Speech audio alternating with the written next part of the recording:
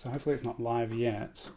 It varies from time to time. Sometimes it will just like be instantly live. Sometimes there's a warning that says you need to press go live. Right. Okay. And that's what I'm hoping for, because that's what it said yesterday. But oh, it already says live. Um, well, in that case, I will do the Instagram announcement at the beginning of the live stream because I was not expecting this to be immediately live. But here we go. It's wonderful to have you here, Dale. I see in the chat already. We're here for episode 62 of the Drawn Together show with Alexander Stanton today. Um, Super nice to have you here. So I'm just going to tell Instagram that we're already live for the Drawn Together show. Alexander's over here, wow wow, and the Wormling, and we're about to spend the next 2 hours sketching together, and I'm very excited about it. And the live stream has already begun over on YouTube, so you can head to my stories and follow the link, and we're going to spend some time sketching together. So it's going to be a 2 hour stream, and halfway through, a Zoom room will be opened that you can come and sit with us, chat with us, and yeah, we're going to have just a wonderful time sketching together. So head on over to my YouTube and sketch with us and come hang out in the Zoom room as well. It's going to be very, very cool. I hope to see you there. I hope this has been a 1 minute Instagram live so that it will record and can be shared so people can come join. All right. Hello, YouTube. We're here. It's so cool to be here with you, Alexander. I very much appreciate your work and your presence. So yeah, thanks for joining me today. No, you're very kind. It's my pleasure, really. Yeah. So your account name has always stood out to me, as well as your on Instagram and in many places, wow wow and the Wormling, and I'm not sure how long I've been following you, but it's just, I love seeing your creative flow and the things you've been making and sharing. And what is about to happen now is we have 2 hours together, and there's a bunch of references, which you can see one up on the screen now, and there are many more. And there is a link in the description on YouTube that you can head to and get the references. And we're going to do a whole bunch of sketching and talking. And I have some great questions that people have been posing for Alexander, and also have some great work of yours to show and share. And if anyone has any questions along the way, then please put them in the chat. And at the halfway mark, so an hour in, and it's the first time doing it like this, a Zoom room will be opened. The stream will continue, but you are invited to come join us in Zoom. There is a link at the top of the description that will go to the Drawn Together Patreon. You don't need to pay to join the Zoom, but that's where the link is. So it's, yeah, that's what's up. So thank you for being here. I think I've just said that, but thank you again and again. Well, again, thank you for having me. It's a little bit unusual for me to do something like this, so yeah, it should be fun. Yeah. So you shared something which I noticed in the comments. It resonated with a lot of people about some struggles with freelancing that you had, and I've been thinking for a while that I'd love to have you on and pick your brain about your drawing process, and but yeah, what you had said about the some of those challenges was something that really resonated with me and with lots of people, and that was the moment where I reached out and was like, oh, do you want to hang out and just kind of chat about it all? So that's kind of what led us to today. And any questions that anyone has, yeah, as I mentioned, feel free to ask. And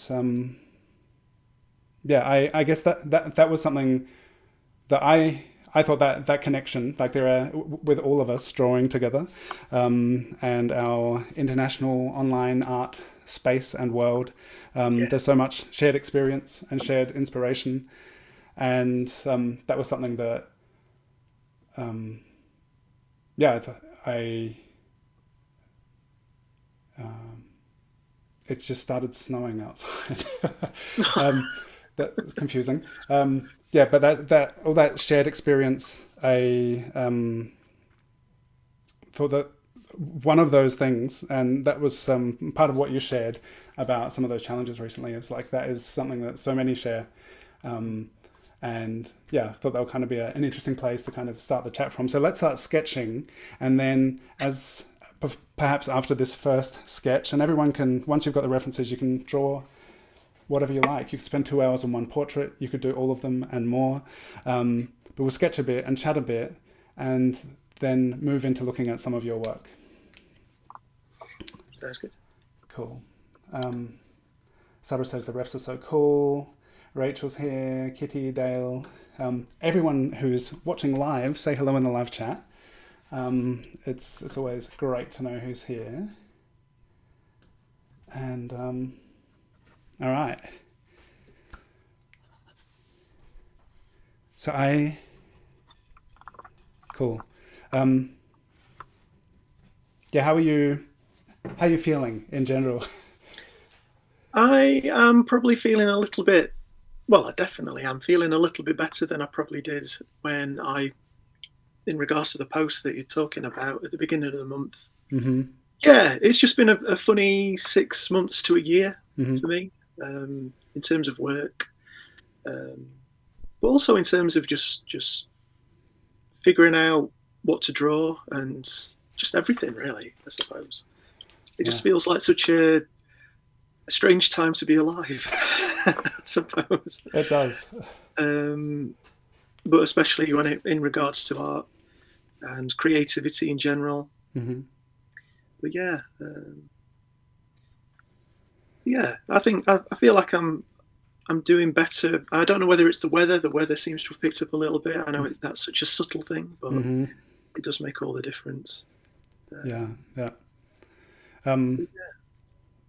Yeah, I've definitely been through, as so many, waves of experience in life, and there was actually something that really struck a chord with me, like in what you had said, because it was 9 years ago I stopped my other jobs and was like, I'm going to.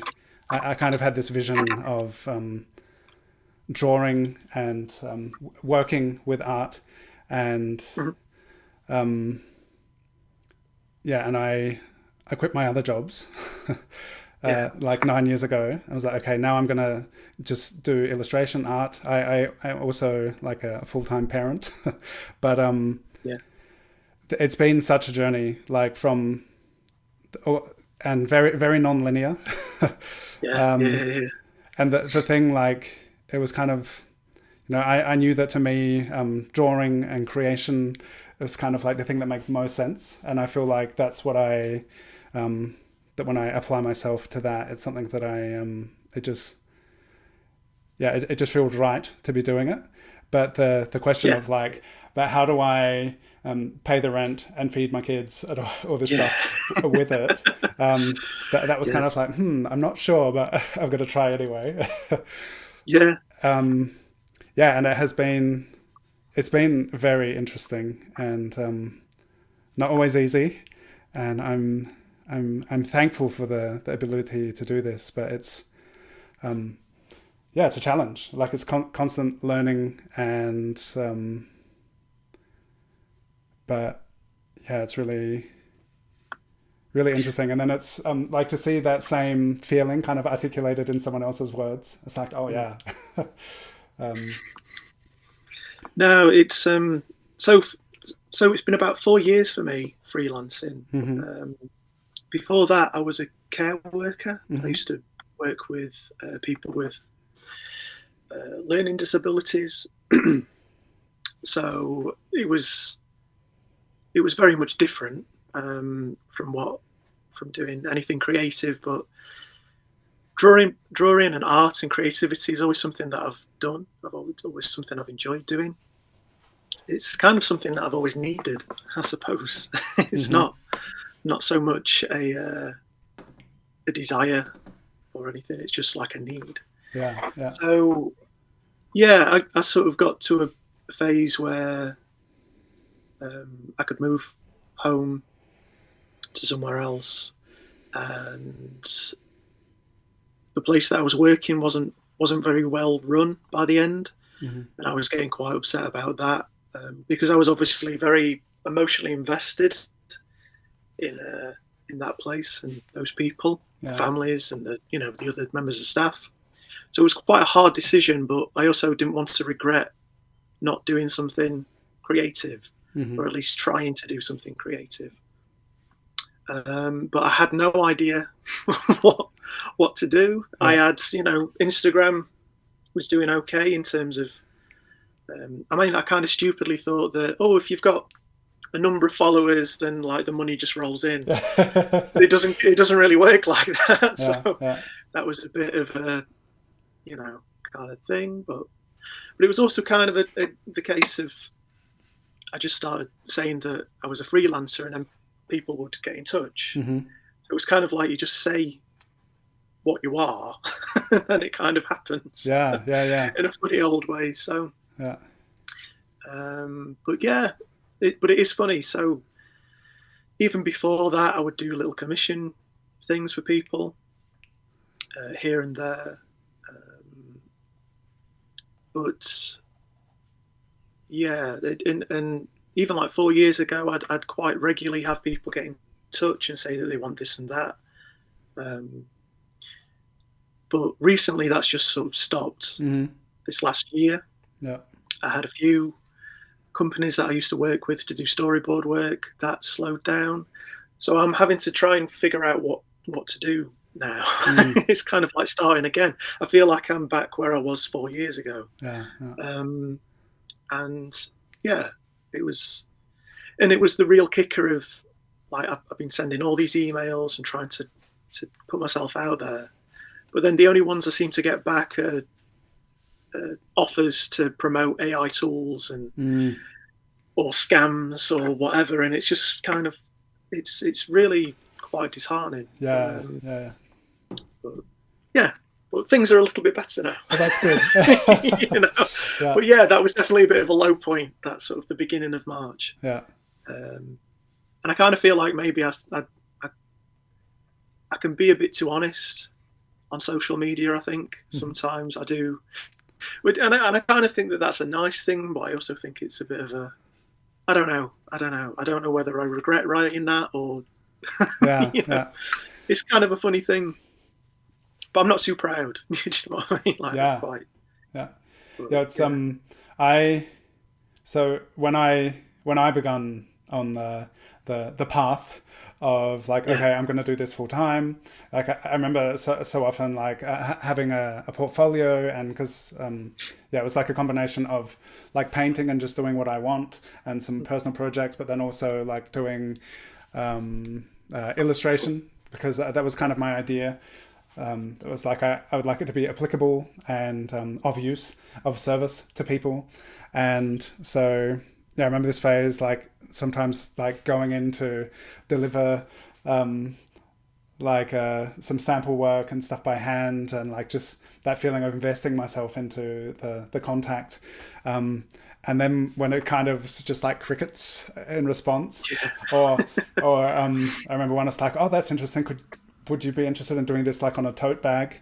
And I was like, I had kind of hoped for other things. Yeah. And yeah, to go through that, and that's the thing. There've been so many waves of like, maybe this will be the thing, and try this, get in touch with these people, and then maybe hear nothing back, or to be like, oh, yeah, great work, but we don't really see how that would fit. So many things and so many kind of setbacks. But I guess it's an opportunity to be like, okay, what is it?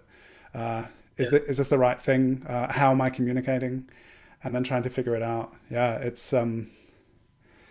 it's a challenge. Yeah, I mean, it's just something that you have to practice, I suppose. Yeah, yeah, And I'm not very good at it. I don't. I mean, I sort of. It sounds like I'm blaming everybody else, but I'm sure there's something that I'm not doing quite right. yeah, yeah, yeah, So, and I'm always open to that sort of criticism, but I never seem to get. It's not even that I get creative criticism. Do you know what I mean? It's like you just hear nothing, don't you? yeah, So, yeah, so yeah, it's a very tricky thing. yeah, yeah. And it's interesting in the context of these conversations because it is something.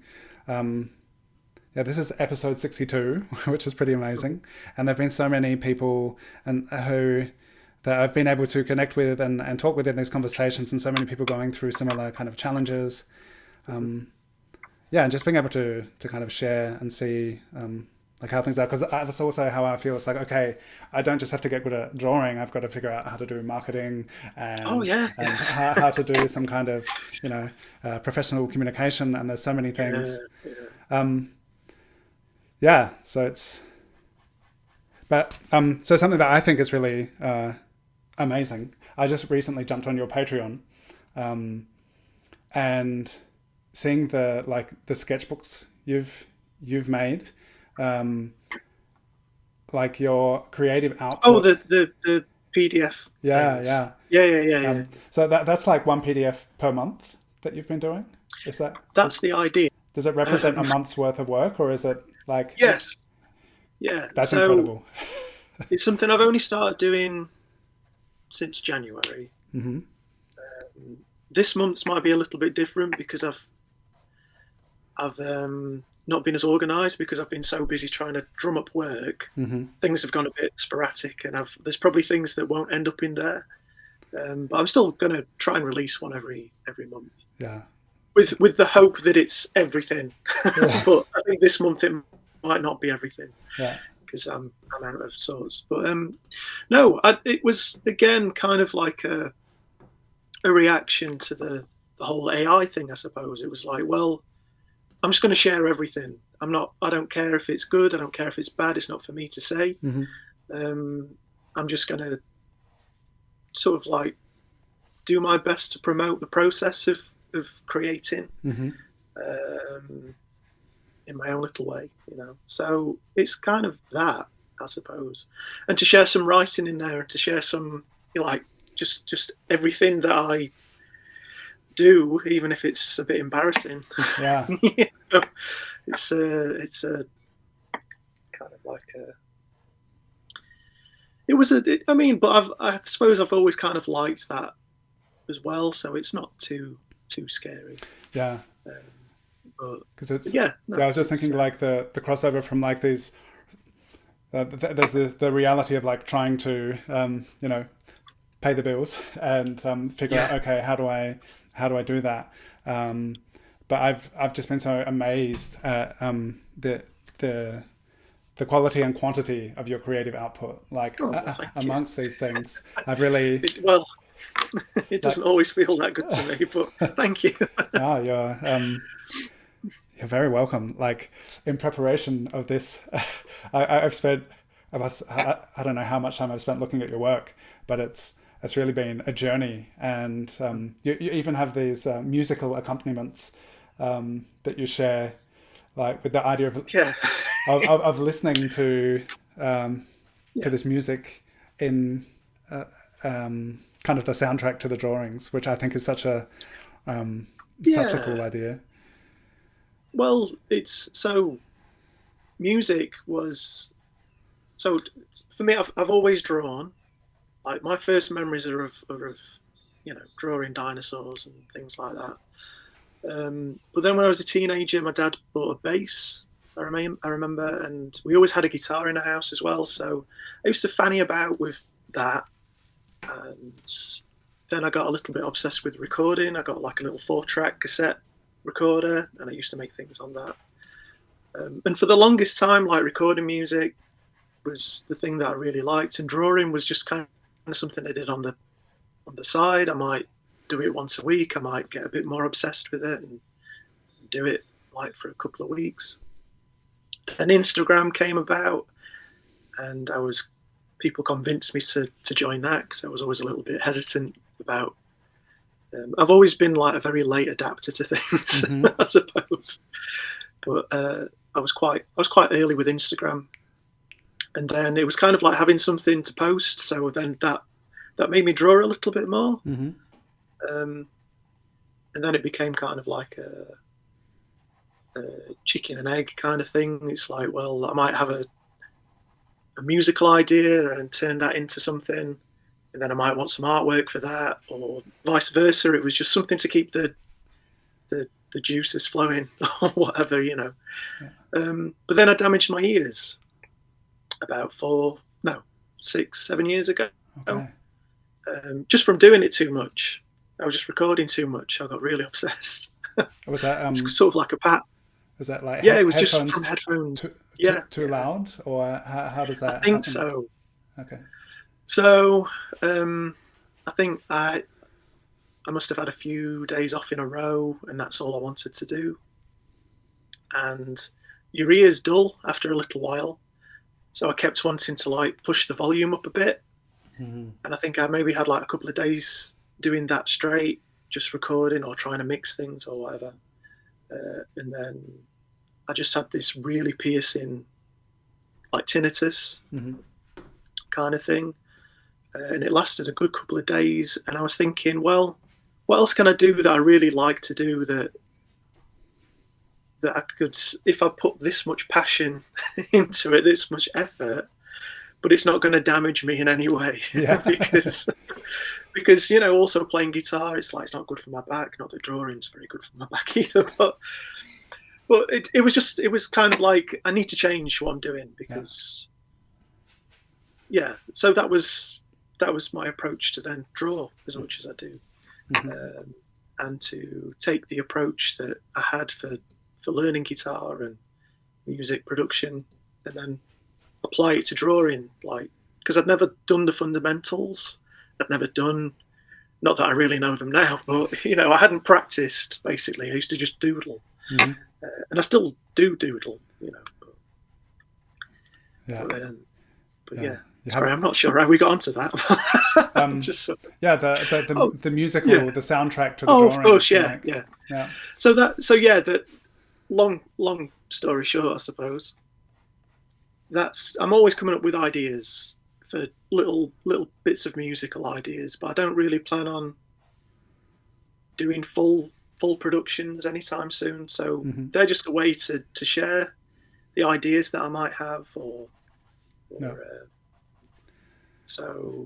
yeah, they are an accompaniment, definitely. It's kind of like, this is the other thing that I created today, alongside, you know, these 5 drawings and this bit of writing or whatever. So it's kind of nice. It glues everything together, I think.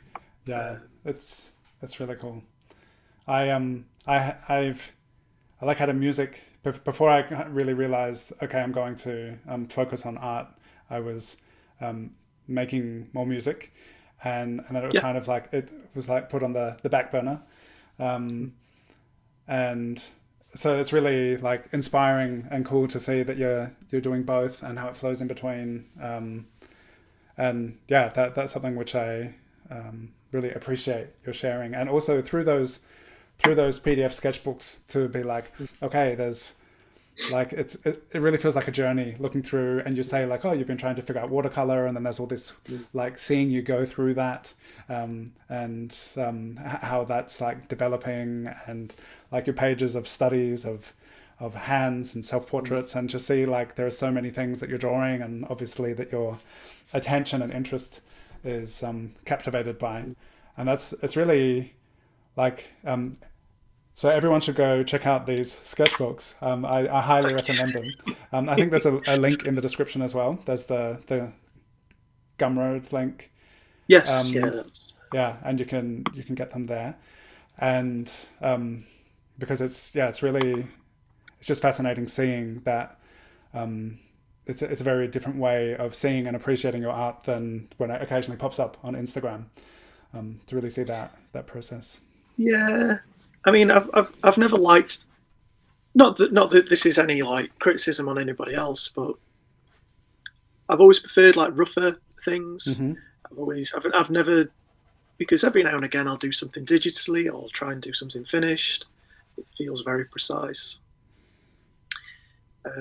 So I want, yeah. So again, it's so when I see other people's like accounts, like they can look amazing, but it's not necessarily like what I want to put across, because I get people getting in touch and they're worried that what they do isn't good enough. So I kind of want to share that I don't feel like everything I do is good enough. So Mm-hmm. it's nice to have the rough stuff. I've like I say, it just feels more energetic to me. It's nice to share that stuff. So. Yeah, yeah. And when it comes to like watercolor, like I've dabbled with it in the past, but I really wanted to practice that this last couple of months. Mm-hmm. So just sharing that when it works and when it doesn't, and yeah, I think it's just nice, isn't it? Yeah, yeah, cool. Oh, this is a good opportunity to start having a look at some of your work, because I have so much great work of yours, and we'll flip through some of that. So here, and also I can maybe, I'll get us back up in here as well, shrink us down a little bit, and yeah. So this is some of the work that you've definitely shared on Instagram, and also in these sketchbooks, the PDF books. Mm-hmm. The wormhole. So this is the first question was why the profile name from our audience. And I see that you have Wow Wow and the Wormling on many platforms. And if I'm not mistaken, this was the first of the sketchbooks where you have yourself and the hands, the wormhole. Yeah. Yeah. So how much of that would you like to reveal? Well, if I was smart and one of these like sort of rock star type artists, I'd come up with some really wild kind of reason why I picked that name, but there isn't one. I just had, I might still have it, but like a dictionary of words that aren't used very often. Mm-hmm. And it just came from that. And I was looking for a sort of like a pseudo band name, I suppose, or just like a new. So a little bit of a tangent, but before I did woo woo, I did something called Major Gubbins, which was like a cartoony kind of thing. Mm-hmm. And I'd created this like this fictional town, and then these characters, and they all did different things. So one of them did music and one of them did art, and they were sort of like my aliases, I suppose. Yeah.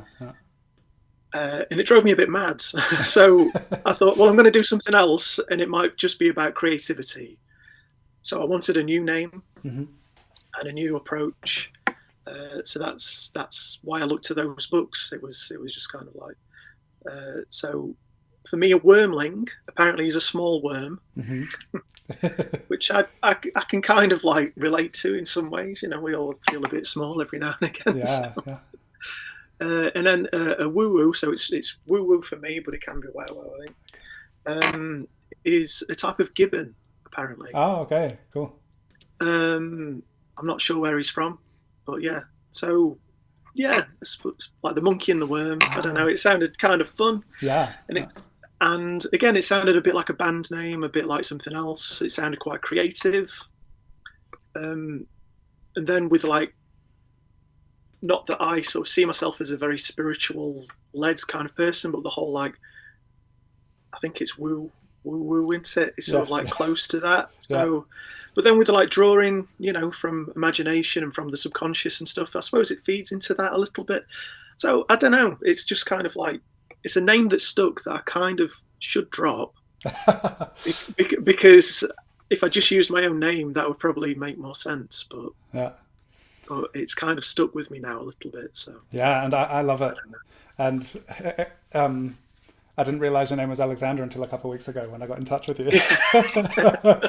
But it definitely has that thing of like a band name, and it kind of it conjures up so much. Like it's so open to speculation, and that's also a wonderful story. Um, yeah, so cool. Yeah, Um, it's yeah, like I say, I feel like there's part of me that wants to drop it. There's part of me that kind of likes it. yeah. And yeah, it's so when I originally started it, it was going to be about creative experiments. Hmm. So the first thing was all to do with chance, where I would make music, decided on dice rolls, and then I got my cats at the time, picked prompts for me to do some artwork, That's so cool. and it was going to be things like that. Yeah. But then that just became too much like hard work, and I just started sketchbooking a lot. So it just became that. Yeah. Yeah, Yeah. Because it's so you have a Bandcamp account, right? yeah, So if yeah, people want to like check out the music, they also look for Woo Woo and the Wormling yeah, on yeah. Bandcamp. There's my SoundCloud as well. You know, that's the Hmm. same name. So Yeah. Um, yeah, but it's such a cool idea, and I love that kind of stuff, like the randomness of letting the cats choose, um, yeah, and yeah. Oh, also it was really cool. yeah, like looking through these images, um, and there's so much more in the sketchbooks, and also what you share, and so much where like I'm really curious about your no reference drawings, um, Mhm. but like seeing all the breadth of the your subject matter um, is just so cool, and I love that idea that like sometimes maybe the cats are choosing, and um, Yeah, yeah, as I was looking through all of this stuff, and like I in the sketchbook sometimes it feels a bit like kind of structured. Perhaps there's like there was this phase of doing this, and then it moves into this other thing, yeah. and then there's um, like yeah maybe some comic or film studies like these here, and some nature studies, and maybe urban sketching kind of stuff, and these fragmented kind of dreamlike surreal things. Um, there's something that today, like I've just been so excited and inspired just looking, soaking up Oh, your thank you. work. Yeah, there's It's like very there's kind. so much uh, so much flowing through it. So it's really really cool to yeah. Well, I just get bored. If I'm being honest. So, and I definitely go through phases, and I try and let that dictate. You know, that like you just have an idea or like a dream or whatever, and then you just sort of like go along the road. Is not to go too deep into like psychology or anything, but I do kind of like to like group my work, as Hmm. it were. So I've got stuff that's very disciplined. I've got stuff that's a little bit more anarchic. I've got stuff that's more playful, and then stuff that's sort of more about the joy of creating. So I just try and let those kind of like modes depict. Not that it's like a very conscious thing, but I can sort of just feel it. You know, it's a Yeah, feeling. yeah. Um, but yeah, there was definitely like a period I really wanted to do lots of figure, wanted to get better at figure, and that was like this last couple of months. But this month's been very like no reference, trying different things. I've been drawing like video game characters a lot more. I've been drawing like just because I wanted to do something that was quite reflective, but then what with everything going on, I just then wanted to do something fun, you know. So Yeah, it's just letting that the mood choose, you know. yeah. Terry just Yeah. said in the chat that a short attention span is a creative superpower. Yes. um, and Rachel has Chance and the Cats, or Yeah. Chance and the Cats. That also sounds like a great band name or artist name. Yeah. Yeah. um, Rosie said those skulls are epic. Um, yeah, hello to everyone who's tuned in while we've been chatting. Um, yeah, yeah, that's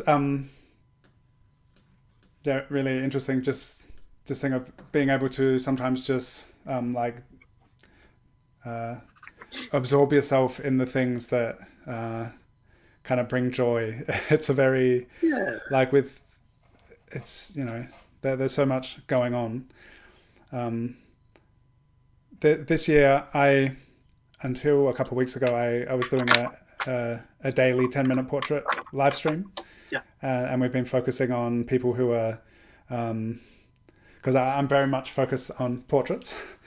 But seeing all of your sketches of like every possible thing, it's like, oh yeah, there's, I'm very like excited and drawn to that. And I'm just talking with you and thinking about this stuff. I'm thinking a lot more about imaginative drawing, and because that's part of what got me into like focusing on art as well, concept art and fantasy stuff and comics and so many things. But yeah, so this year I've been focusing like in the heaviness of so much of what's going on, sketching people who've been doing important, uplifting, empowering things. And so that's been a really cool practice this year. Because that's really nice. I mean, I do feel like most the artists that I know and follow and stuff, that like, even if things are a bit hard, like we do seem to be quite an optimistic bunch, you know. So that's really sweet. I really like that idea. Yeah, and just yeah, it's interesting because I'm part of the. I think thinking back to sometimes the challenges of living and working and figuring out trying to find the pathway. Yeah, that something I have thought about a lot with art. And so I had something like a year and a half ago where I was like, okay, we moved into a new house, and then I had a couple of big commissions, and I was like, okay, once I've moved in, I've got to take a month off work, and then I'm going to do this stuff, and things will keep rolling. And both of those jobs that I thought I had just evaporated, and I was like, oh, what am I going to do? And then having these things where it's like, what is actually it's like this whole, I don't know if anyone else ever has these experiences where then something happens and then it's like, oh, and then just kind of questioning so many things. And it was like, oh, should I be looking for a job, or what is the thing I'm going to do? Yeah. What is the value and the purpose of what I'm doing? How can I contribute to the world? Like there are so many big things that come up. Oh, I'm sure I feel that most like Fridays, you know. Most Fridays. I just have like a day where I just sort of go in a bit of a downward spiral, but yeah, and then I kick myself back into life, Yeah. But, yeah, I think it's quite a common thread, especially with artists, like. Yeah. And it's something that has been really the shared experience of making stuff, and so and teaching the past years has been something which more and more for me, like there was this phase where I was like trying to chase clients, and then I was trying to sell original work, and it was like, oh, what is it that I'm contributing? What am I sharing? Like being able to believe in what I'm doing, because it's, it can be really, I don't know, some people maybe can just be like, I want this, and then get it. But it was kind of like, oh, there's so many, I don't know, not easy. And it was in a conversation with my wife once where it was like, so what is the thing I actually want to do? What do I want to be sharing? And it was the experience of connection and focus while you're making something. And it's like, if someone buys the painting, that's nice. But what I get out of making things is that focus and connection. Yeah. And if I can share with people an opportunity to tap into that, then that is something that I feel good about, offering. Yeah. So that was a few years back, and that was like the focus, the pivot to me, where I stopped chasing clients so much and started teaching more. And I think that is something that has been really valuable. And everyone who's here in the chat and will be watching this, that is just that community element of making stuff together. That has been a really great thing. So in those most Fridays moments, It's like, well, Yeah. what's going on? What, like, why there's so much going on in the world, and AI is doing what and what. But then it's like, oh, actually being here and being able to do this kind of stuff Yeah. together, it's like a very enriching experience. So Absolutely. yeah, It's kind of, you know, it sounds very like, uh, yeah, not to sound too grand or like too self-flatuating or anything, but it's kind of like that's the point of art. That's the point of artists, isn't it? So sort of like, in regards to the community, we're just like, just in general, like to bring people out of the drudgery of life to, do something positive to create, even if it's like comes from a negative thing you're expressing, you're sharing the its expression. mm-hmm. You, it's a connective thing, Yeah, isn't it? yeah, yeah, Um, even if it's something that, like I say, isn't very nice. If it comes from a positive place, it's a shared thing because we all go through things and we all have these things. And yeah, sorry, go on. yeah, yeah. And that's, I think, that thing of like the shared experience. So it's a very like personal and private thing when you're making stuff and you're kind of Yeah, have these um, this quiet time of creation alone. yeah, Um, but then um, yeah, knowing that other people are also sharing that experience.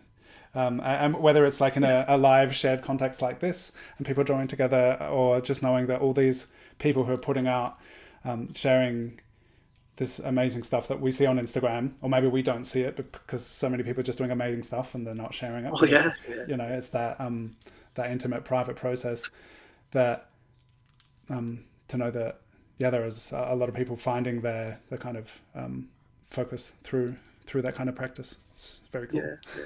No. Yeah, I mean, so every now and again, when it's a Friday, I do often think, like, what's the point of me even sharing this? What's the point of? But then if it's, but then it might be helpful or it might be, and that's kind of why I doing posts like I did at the beginning of March, and I've done things like that in the past. It's kind of uncomfortable for me because it's sort of letting the world in Mm-hmm. when I don't want the world to be in. But I've always been very like, um, sort of, if stubborn, I suppose. If someone tells me to do something, I want to do the opposite. So if I'm telling myself that I want to like close the world out, there's part of me that's saying no, just like share everything, and that Yeah, was again, part of that. yeah, But yeah, no, I think just I want everybody to find their creative bones. I think it's so important, and I think a lot of the time it gets knocked out of us as children.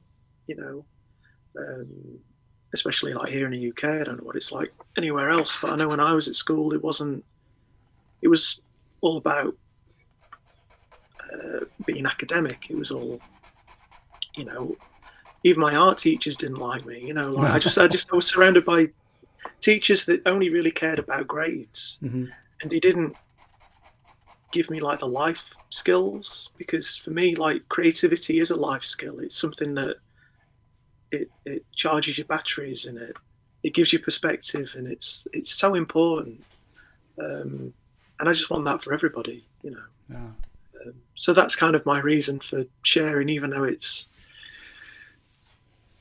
maybe a little bit egotistical or something. I mean, I don't know, but it's just like it just needs to be out there. It's not about me necessarily. It's just like, I created it, but it has to be out there, yeah, yeah, and like it thrown into this pool of creativity, regardless of whether it's liked or yeah, whatever. yeah. And that's really interesting because that particular post, like I saw people that other friends of mine like commenting and like that being like, oh, every time I see your work here, it like lights me up, um, and just and it's interesting out of that kind of like, oh, is it like egotistical to share this? Is anyone interested? And then and that was like the post that got me to write to you. Yeah, um, and to, and just to see that you, or anyone sharing that, like, as one of these creative offerings, like you're saying, the sketches, the little, like the guitar riffs or whatever it is that you come up with, and that's like, oh, it's this incredible kind of creativity that, like, letting it be expressed and have a place is it's really interesting to see where it leads. That, like, sharing this thing and being like, oh, like, once it's out there, how it then it becomes something that people can perceive and interact with in their own way, and that's something that's really amazing. Yeah, Kiki just said, please keep sharing. Your work is very inspiring. thank you. Yeah. Yeah, yeah. If I go quiet when there's compliments, it's because I'm not very good with compliments. You know, it's something I've had to like try and deal with. Yeah, yeah. It's so a good thing about compliments and insults is, Oh, I've had a few of them as well. yeah, as it's like, okay, what does this, what does this say about the person expressing it? Yeah. And because it's nice. I feel like it's nice to hear the resonance that what I'm sharing and what I'm putting out, that people, like, they feel it and they benefit from it. But it's about them, because whether it's nice to have it, but then it's also, if someone comes up and they're like, oh, how can you do that? That's also about them, and the state, and the state where they're at, and wherever it's coming from. Like, having some kind of compassion and understanding of that shared experience as well, because people are always going through everything. Yeah, of course. Yeah. No, I mean, when it comes to like I mean, I don't get too many negative comments because I don't do anything that's too rage baity, But yeah, I think a lot of it can be just people have had a bad day and they just want to let loose or whatever, or it can be they can be like projecting in a way, or just making. I mean, I occasionally get things to do with like AI, or the people are saying that I'm just tracing things or whatever, and it's like, it's fine, like, but I'm not. But I don't. Like, it'd be a lot easier if I was. I'd probably do something a hell of a lot more impressive. Yeah. But yeah, it's just whatever. It's just yeah. kind of fun. Yeah. Philip Constantinescu says, great to see you drawing, guys. Thank you for being here. Thanks for your comments. And a couple of questions. So this is like deep, important, meaningful stuff. And I feel like it's great to talk about it, but people are always curious about what kind of pens you use. Yeah, the classic. And I guess this is already on this new page has answered the question, but someone asked, do you always use brush pens? Or predominantly? Kiki asked, do you predominantly use brush pens in your work? And love the line quality. Thank you. Falnesque, yes, I thought it was you. Nice to have you here. So, not always. I go through phases, so I'm definitely going through a phase at the minute. But then just like one day I'll wake up and it just doesn't feel quite right, so then I'll move back to something closer to this. Mm-hmm. But yeah, I typically use like the Pentel brush pens. I feel like I might have tried others, but they were just the ones that I got used to. I don't feel like it's because they're any better necessarily, but they're just the ones I'm used to. I will use brushes every now and again and dip ink, so it's not always, like a Pentel brush pen, but they're just so handy, to have, and I can just sit on the sofa and draw with those. But yeah, the only thing I'll use anything, if I'm being honest. Yeah, so I don't use pencil. You use the stick. I saw you used like like a snapped stick or something for a drawing. That was great to see. Yeah. I don't use pencil a lot, but yeah, I'll use a stick. I'll use my finger. I'll use whatever I have to hand, But yeah, I mean, I suppose on top of the Pentel ones, this is the next one that I'm usually using. So it's the Uniball Sino DX038. Again, I just got used to using it. It's just like, I mean, I worry that when people ask me about these brush pens, and I recommend, like, it's not necessarily that it's a recommendation, because I know how much effort has gone into like being able to use this. Yeah, yeah. So that's kind of what I always say to people, like, these things are only as good as how much time you put into them. Yeah. It's not really, you know, like they all do nice things, and they all do, you know, they might have pretty colors and stuff like that, but if you don't use it often, you're not really getting the most out of it. So Yeah, there's that with the brush pen. I was looking at where you work and just like the pressure control and being so familiar, like for those super fine lines, it's like you've got to be able to almost not touch the paper to yeah, to do that, and then just to go really get that brushing quality. It's there's so much, which just comes from the experience of getting to know the tool. yeah, So yeah. yeah, and It that's becomes a feel, you know. It becomes just like this instinctual kind of thing, and that came over months and months and months of getting it wrong. yeah, yeah. So There are yeah, lots of confrontational drawings. yes, That yeah, experience, like definitely, brush pen was one of the first ink media that I used as well. And I yeah, remember when I first used it, just being like, oh, like I thought it was really great, yeah, because I had been using graphite so much and constantly adjusting, correcting things, and then I started using the yeah, brush pen. I'm just like, oh, and then learning that kind of restraint and to be yeah, careful about where I'm yeah, putting things and how much pressure, like that is really has been a really valuable kind of thing to learn. So there yeah, were, yeah, it takes a lot of drawings to get there until you're like, oh yeah, yeah, absolutely. yeah, Well, I think it's nice to be told by a tool to slow down, yeah, or yeah, yeah, be more delicate or whatever. I think it's yeah. kind of like a nice thing, and I like getting lost in something that I'm unfamiliar with as well. I think Mm-hmm. it's like just humility into it. Like with the watercolor, like it's just trial and error. I didn't really follow any courses or anything like that. I was very lucky that I'd spent so long using brushes, Yeah, so I didn't necessarily have to learn how to do that, but water management, how to mix colours, all of that sort of thing was just, again, trial by fire. yeah, Feel your way through it, kind of thing. yeah, But yeah, I think if you go into things playfully, like, you're going to be all right, aren't you? yeah, yeah. Because a few people asked. So one was, yeah, do you have a medium of choice? But I think that's pretty much addressed. Like Yeah, it I mean, changes. there's certainly other mediums I'd like to try, but yeah, typically ink.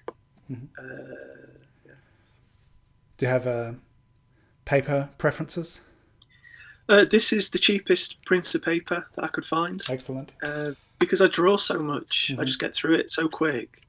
And I've got nicer paper, and throughout January and February, I was using slightly higher grade paper. The Yeah. watercolor paper is obviously a bit nicer, but I'm just in the mood to sketch lots, and not everything is great. And there is that pressure when you've got slightly nicer things to make it better in a way. Yeah. Yeah. You have more like more assumptions Yeah. what you want out of it. Yeah. Um, so yeah, no, just cheap, typically. That's cool. Yeah. It's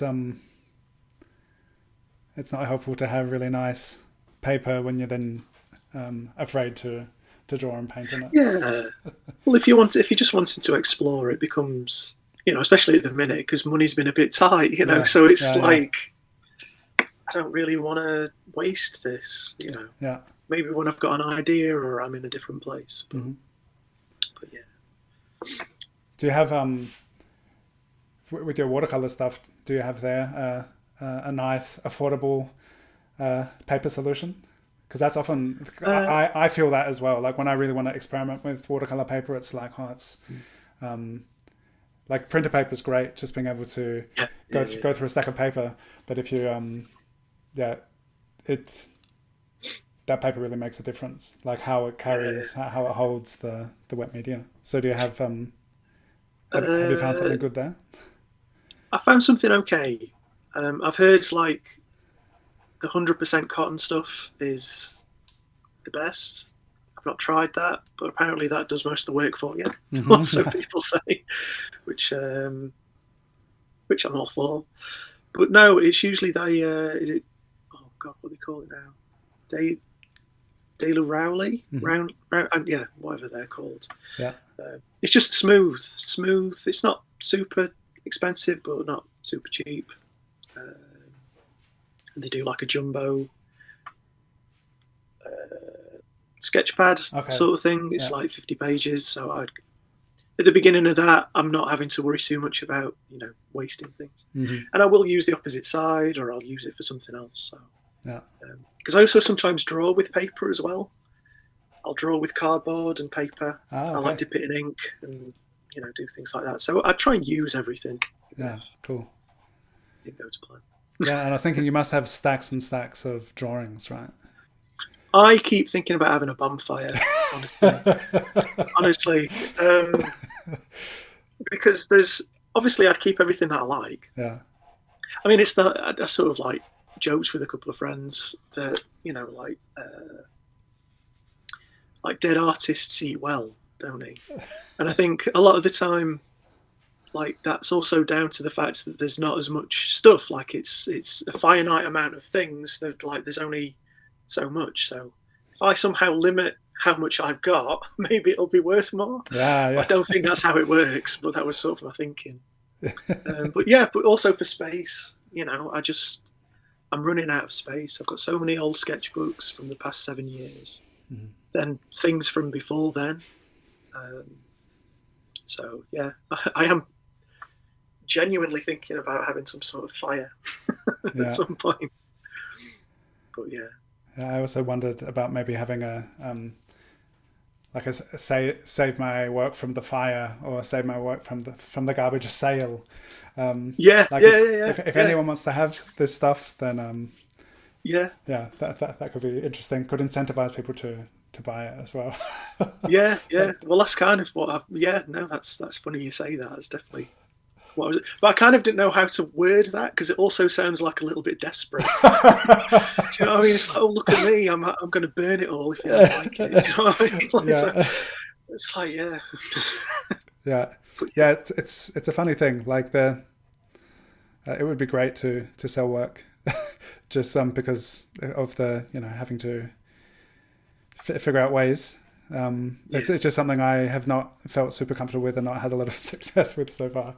So then there are just stacks and stacks and stacks of drawings. So it's same. It's funny. I feel like people, social media or Instagram seems to like watching me draw, but they don't necessarily like what it is that I'm drawing at the end of it, or not enough to like buy it. And then a lot of the times it's not really stuff that I imagine people would want on the wall either. You know what I mean? Yeah. It's finding your audience, and I haven't found it yet. For people buying it anyway. But Yeah. Rachel just said a literal fire sale. And maybe put a timer on it as well. Yeah. Conveyor belt with the paper, like all the drawings and then the fire. It could be a live stream sale. Where you're just like, anyone want this one? Anyone want this one? And Rachel said that would make for a pretty intense live stream. Yeah. I mean, a lot of the stuff I'd happily get rid of for like, just pay me the delivery and like a couple of, quid and whatever. Like that's fine. Yeah. Felipe said you could compile them in a book. And does your audience give you paid work? So that was interesting. You said earlier that you put it out there. I'm a freelancer, and you got some jobs. And I had also, like years back, I was like, okay, I'm going to sell prints. And then the first time I said it, like I sold some prints, and then after that, it was like, how do I keep selling prints? So you had said that thing about putting it out there, and then it came, and that slowed down. But that was an interesting question from Felipe about like, do do you get paid work from your audience? I know Felipe is also an illustrator, and all these questions will be of interest to you as well. Not particularly. It depends. So for a little while, I was doing lots of things with people on Bandcamp and SoundCloud. So I would. This is like 7, 8 years ago. I was doing lots of album covers, and then AI was cheaper because people would want to pay me, even though I quite happily do a lot of this stuff for next to nothing. And yeah, I feel like AI has taken that from me a little bit. Then just generally speaking, I occasionally do a little bits of fan art. I occasionally do little bits of tattoo design. Yeah, like portraits every now and again. But it's kind of sparse. It's and I suppose I don't do a very good job of advertising what I could be doing. But my focus for the last few years has been more like storyboard work. So it's not necessarily been trying to get work via Instagram or whatever. But I'm having to like shift how I think a little bit and try different things like mentoring, like having these, weekly sales or whatever. I've thought about doing prints. I have dabbled with that a little bit in the past, but then they haven't sold because I'm not a very good gauge of what people actually want. Yeah. So I end up with just like stacks of things that I can't really sell. I did a few markets.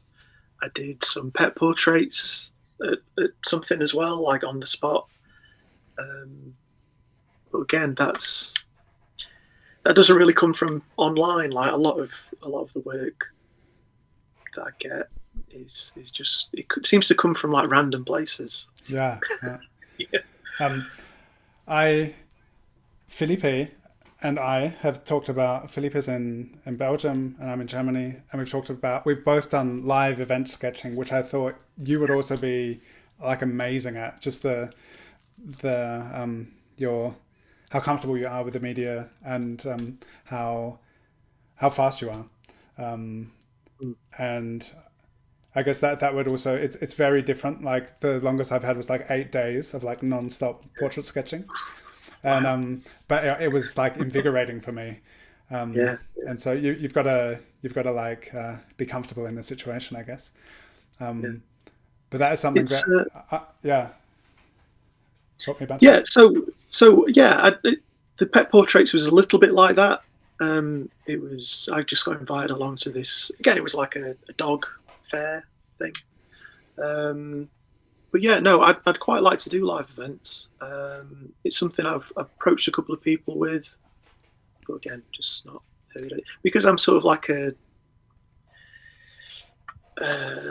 relatively new to it.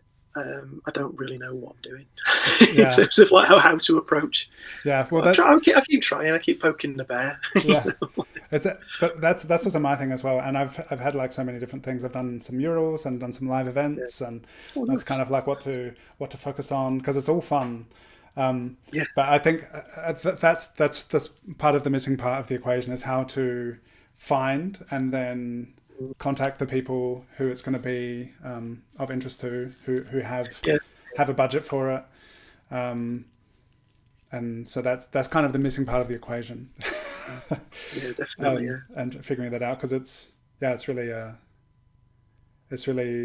what I've really enjoyed about that when I've been able to do it is that then that thing of like rather than a stack of sketches collecting, it's like the people at the event get the sketch and then they have this immediate experience and it's like magic for people who don't draw to be how are you doing that?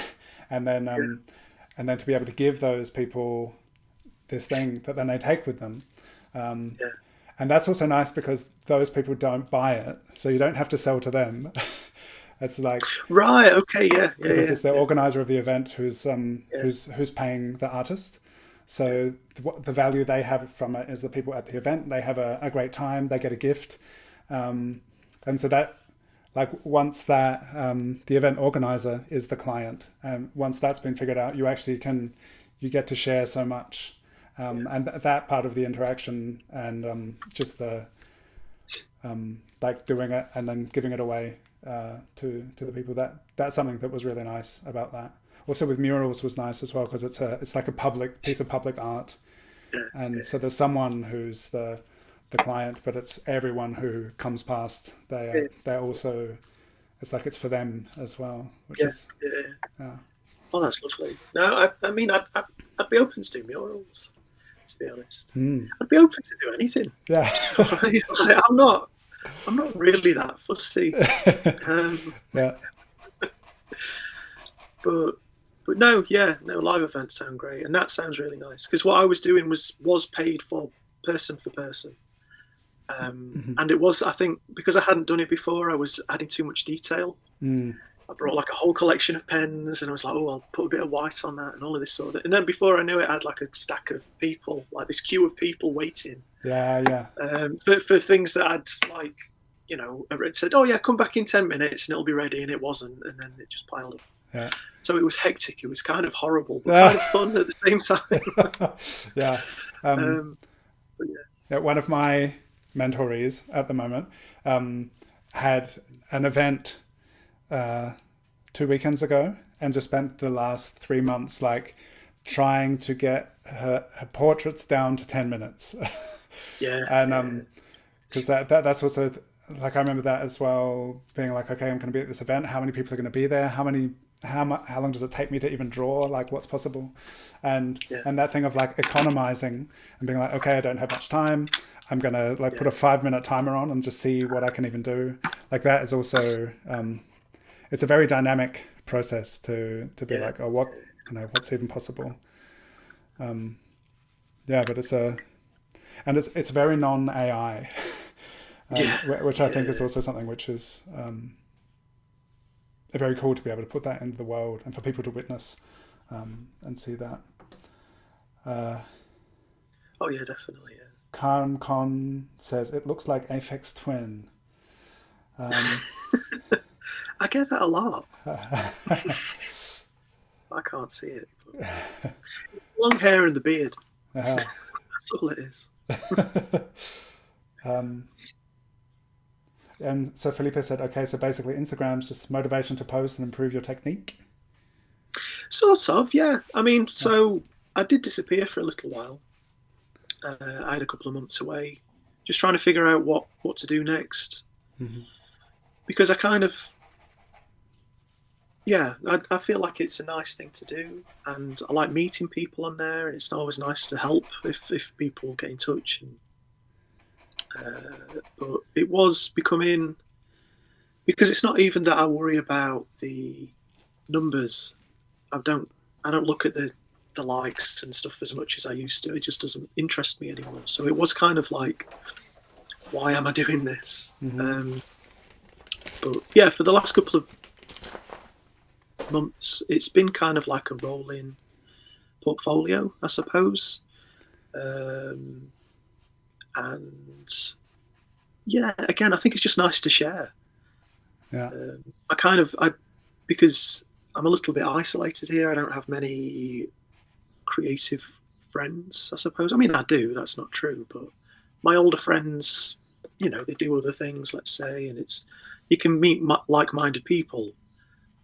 So it's more about the community aspect and the fact that it's just somewhere that feels alive, where I can link people to. So it's sort of those two things. It's the community and the portfolio, I suppose. Yeah. I just saw it's already past 5:00.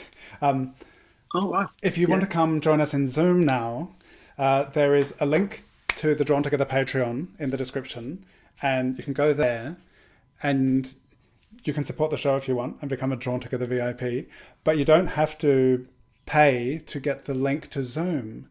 And I see 2 people are already waiting to join the Zoom room. And if you want, you can now keep watching the live stream. But if you would like to join and have the feeling even more so that we're sitting at the table together, drawing, and to just become part of the conversation, your video feed won't be on YouTube, but your voice may be, if you want to speak up. So yeah, feel free to come over.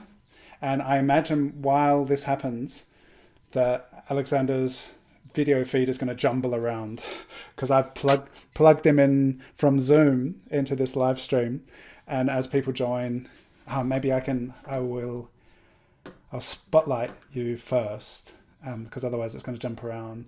But yeah, if you want to join in Zoom, I'm just about to start letting people in, so follow that link. And all right, this is going to change a bit.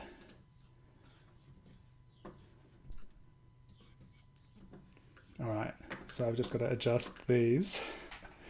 Yeah, so this is the first time doing this. Previously, there has been a 1 hour live stream and then an after party and in Zoom. And now everyone is welcome to join in Zoom, and we're just going to keep the stream going. So come on over. All right. And yeah, any questions you have, you can keep putting them in the chat. I appreciate your contribution, Felipe. Great questions. Yeah, and it's really interesting. Like, what do we use Instagram, social media for? Especially these days when it's not as good at promoting what you do, because there's so many other things going on, like the rage bait and the AI. Yeah. Because back when I started, it was totally different. Yeah. I feel like there was so much more engagement. It was so much more like creative and free. So yeah, it's a different beast now. Yeah. How long have you been Instagramming? Is it 11 years? Mm-hmm. Yeah. It's like a long time. But yeah, I think it's about 11 years. Maybe 12 even. Yeah. Yeah. Cool. Welcome to Zoom. Christine, Rachel, Marie, Terry, Kiki. So nice to have you here. Long time. But yeah, I think it's about 11 years. Oh, if you're in Zoom, could you please mute YouTube? Because otherwise we're going to have some feedback issues. Christine, Rachel. Thank you. Hi. Hi. Hi. Thank you. Thank you for being here. Does anyone who just joined in Zoom have any questions? Not to put you on the spot, but if you feel, if there's anything you would like to ask or contribute to the conversation, you can now do so. Feel free to chat and be part of this together. And we'll also just keep on sketching. So this is like, it's so cool. You sent so many great references through. But this is also an interesting thing. When I often sketch with a time limit. And when I do, I feel like it can be really, it helps me to switch into a different way of drawing. And something I really am curious about is your no reference drawing, because here you're just like, they're just flowing out of your pen, these drawings you're doing, right? So much of what you share, or it's just like imaginative. And I'm really curious, like, what's the process been like of that for you? Like, how have you learned to be able to do that? So it's I like with most things, I sort of came at it a little bit backwards. So like I said, my like I think I said earlier, like my first memories are of drawing, but it was never drawing something in particular. It was always just like coming up with things. Mm-hmm. It was always from imagination. And don't get me wrong, there's been times where I have drawn things, you know, when I was a teenager and stuff, like doing still life or, you know, drawing whatever. But it was always that they were almost like rarities for me. I would always just draw from imagination. And then roughly 7 years ago, when I wanted to do more, I wanted to be more competent, I suppose. I wanted to take that and be more articulate with it. So then it became a phase of like trying to learn some of the fundamentals that I'd just skipped over. And then it just became a kind of like process of failure and discovery, I suppose. Yeah. But yeah, it's always been, I've always liked when musicians sort of just improvise. Yeah. I've always been drawn to improvisation or however you say it. Yeah. So it's just that. I just sort of see it like that. So one of my favourite artists is Mobius. I know he was someone who did that. Mm-hmm. So that was a big kind of thing. But yeah, it was just a case of I draw a lot of heads or a lot of whatever it is I might want to just randomly come out with, and then when I decide to draw without a reference, I kind of just switch my brain off. So I know a lot of people try and have like something in their mind's eye, but my mind's eye isn't very good. I don't really have a very good visual memory. Mm-hmm. So for me, it's just a case of winging it and hoping for the best and having enough practice in the bank to hope that something makes sense. Mm-hmm. So I'll just make the first couple of lines, and then I sort of, from there, I can kind of assess where it might go.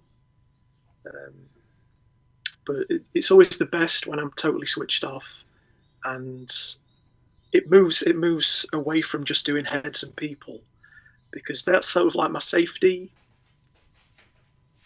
field, my comfort zone. Yeah. But yeah, every now and again, I'm just in the right frame of mind where just like these things come out. Yeah. And it's kind of like, what does that mean? Yeah. What have I drawn that? And it's almost like automatic writing. Yeah. And that's how I want it to be every Yeah. time that I do it, but it very rarely is. It's like once a year.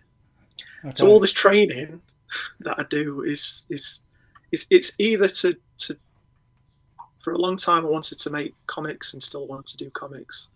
So a lot of the training was to be able to do that, and then the other half was to just be as articulate as I could be. Yeah. Hope that I could sort of learn more about myself, or why it is.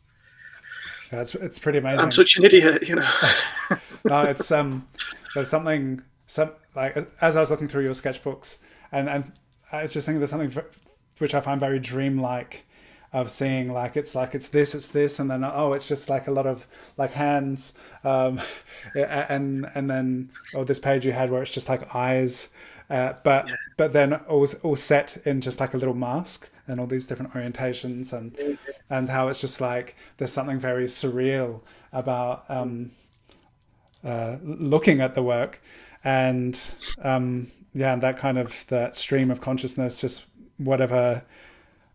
Drawing whatever wants to be drawn, like that's something which I think is it's very kind of enchanting and enticing, and being able to have that the ability accessible that is like, you can just kind of draw people that look like people without having to look at them. That's the thing where I'm like, how to take those steps to get there, because I love good reference. And there is something like I was noticing recently. I drew someone, and maybe it was after like thinking about your stuff with no reference. I'd already done a portrait, and I was like, how would it look if I drew this person again without looking at the reference? Because like that's a step. So I've already drawn them, and I'm already familiar with like the shape of the lips and all those like interesting things. You start noticing things like, how much of that can I bring to the paper without looking at it? So it's kind of like the reference-based version, and then the free-falling version after. It's such a fun thing to do as well. Like I try not to go in with too much expectation of like it being good. Yeah. Obviously, I'm sort of like training myself to recognize things and to be more observant, and trying to like recall things a little bit. Although, like I say, I try not to do that too much because I'm not very good at it.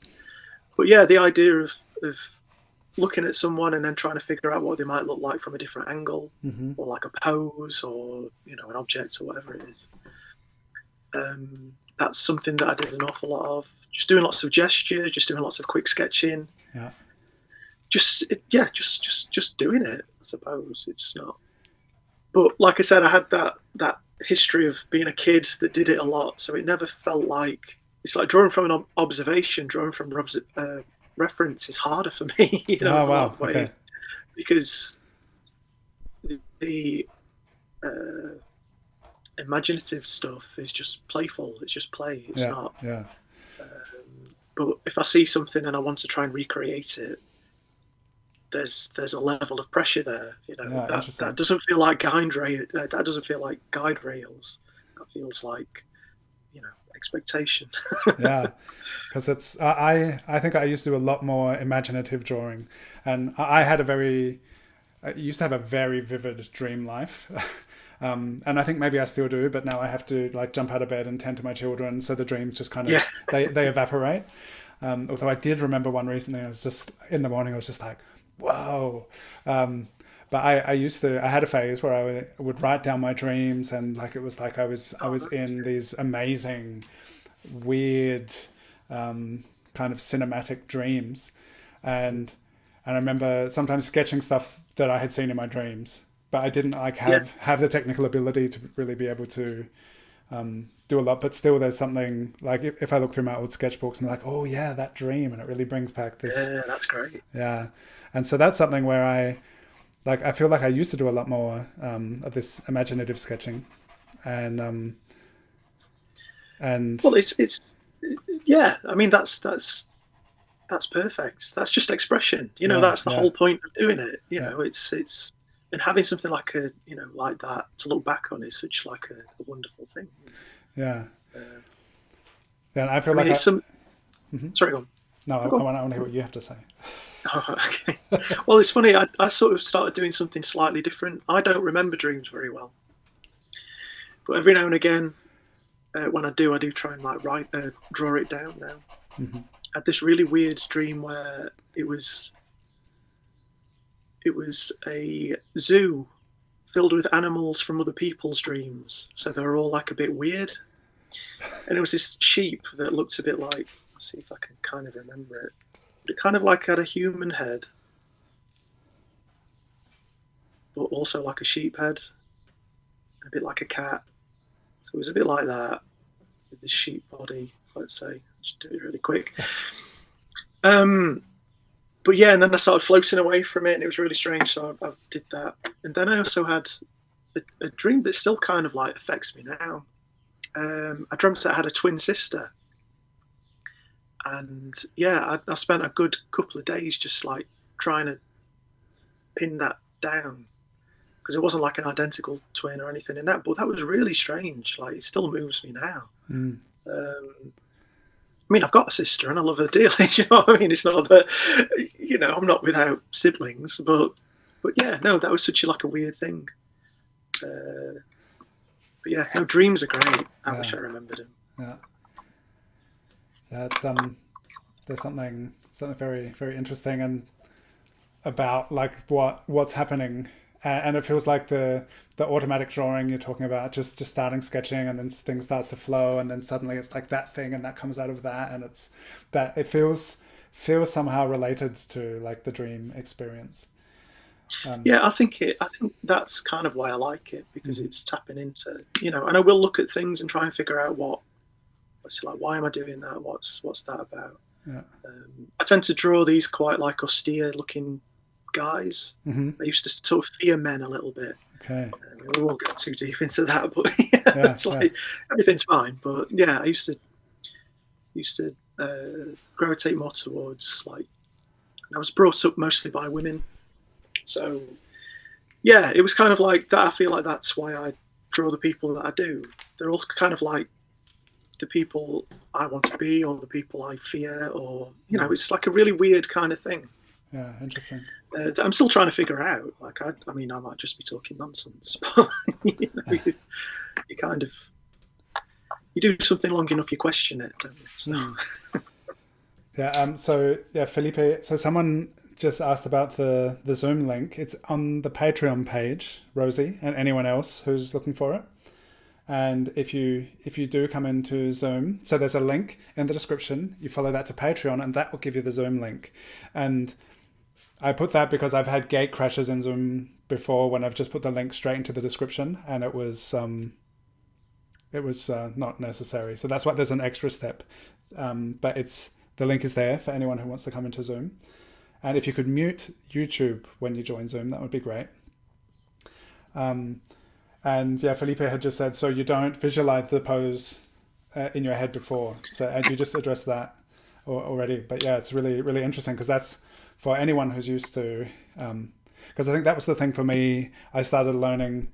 So I think I did a lot of imaginative drawing before I actually, so I was 28 when I kind of had my Saturn Returns life crisis thing going on. Like, what am I doing with my life? And I was in a fortunate enough position that there was nothing I really had to do. But it was kind of like, what am I doing? And then Kira, my dear wife at the time, she was like, what do you want to do? What's the coolest thing you could imagine doing? I was just like, fantasy illustration. Because at the time I was super inspired by all the behind the scenes stuff from Lord of the Rings. And so I was at that stage until then where everything I had done had been imaginative drawing, pretty much. And then I was like, I don't know how to learn, how to get better. Yeah. Like I've kind of at this level, but I just didn't know what are the steps to be able to do, to bring, my vision or to express something. Like those steps were kind of missing. So then I went to an illustration masterclass, which was amazing, and did a mentorship, and I started like learning all this stuff. And what I had learned there, that it's interesting in fantasy illustration because it's combining realism with these totally made up kind of scenarios.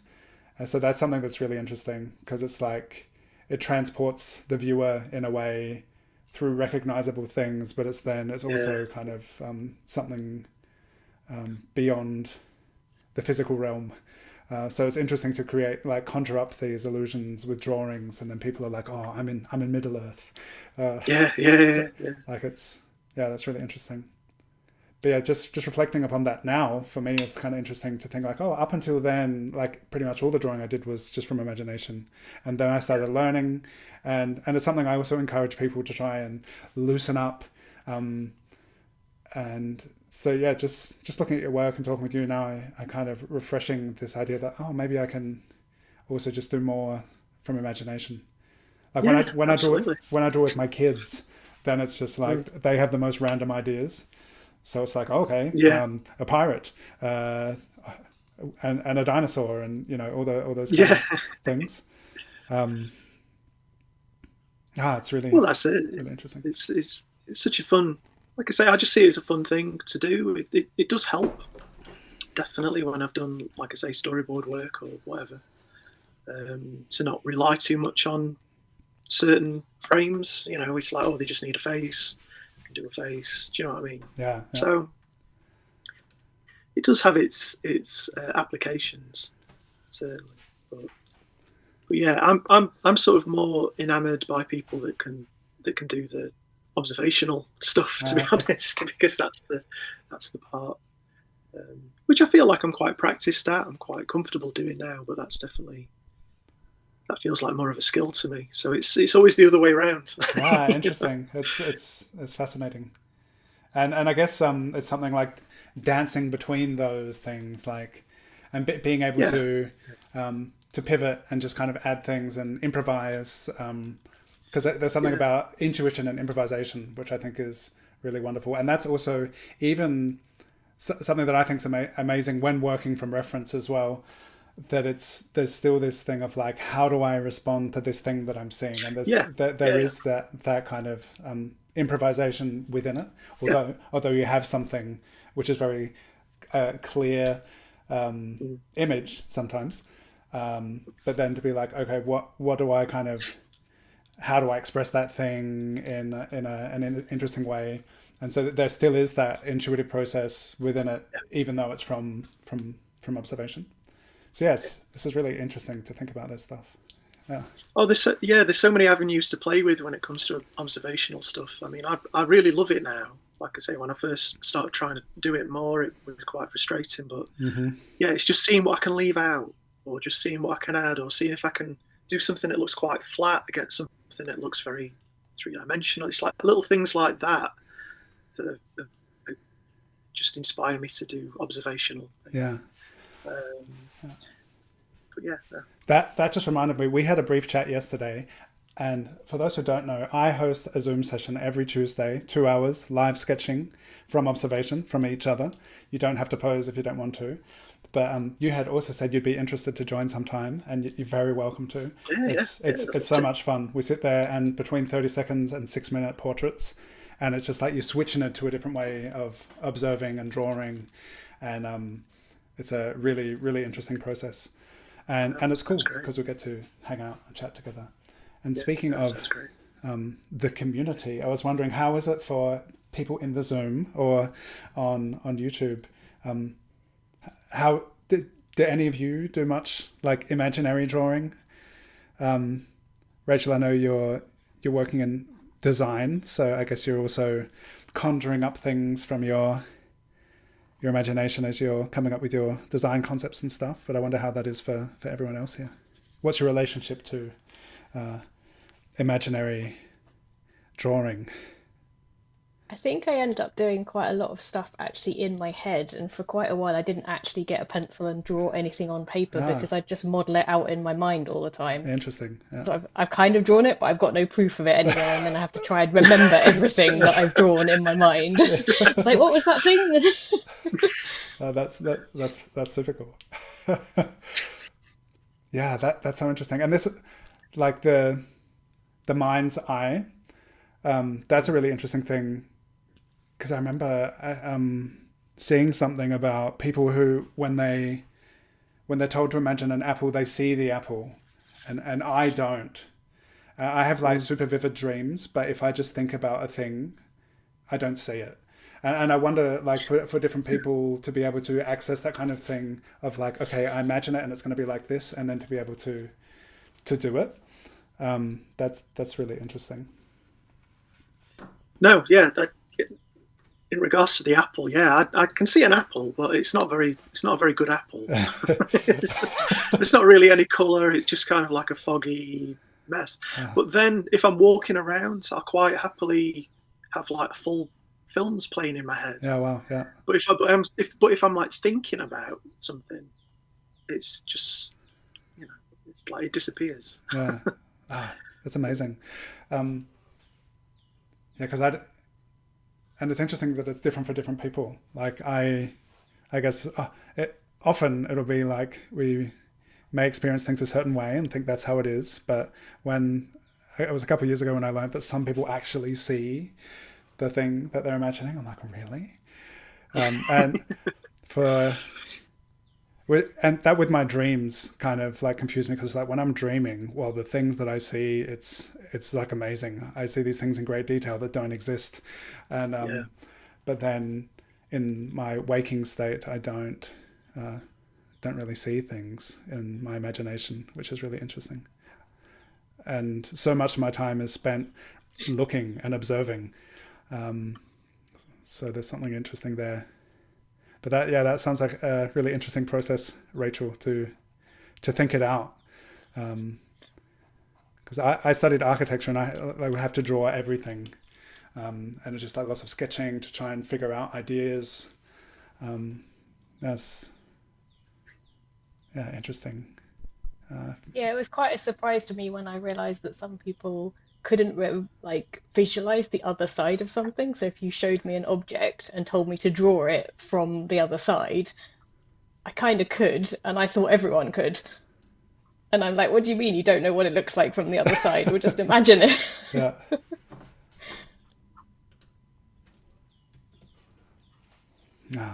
That's fascinating.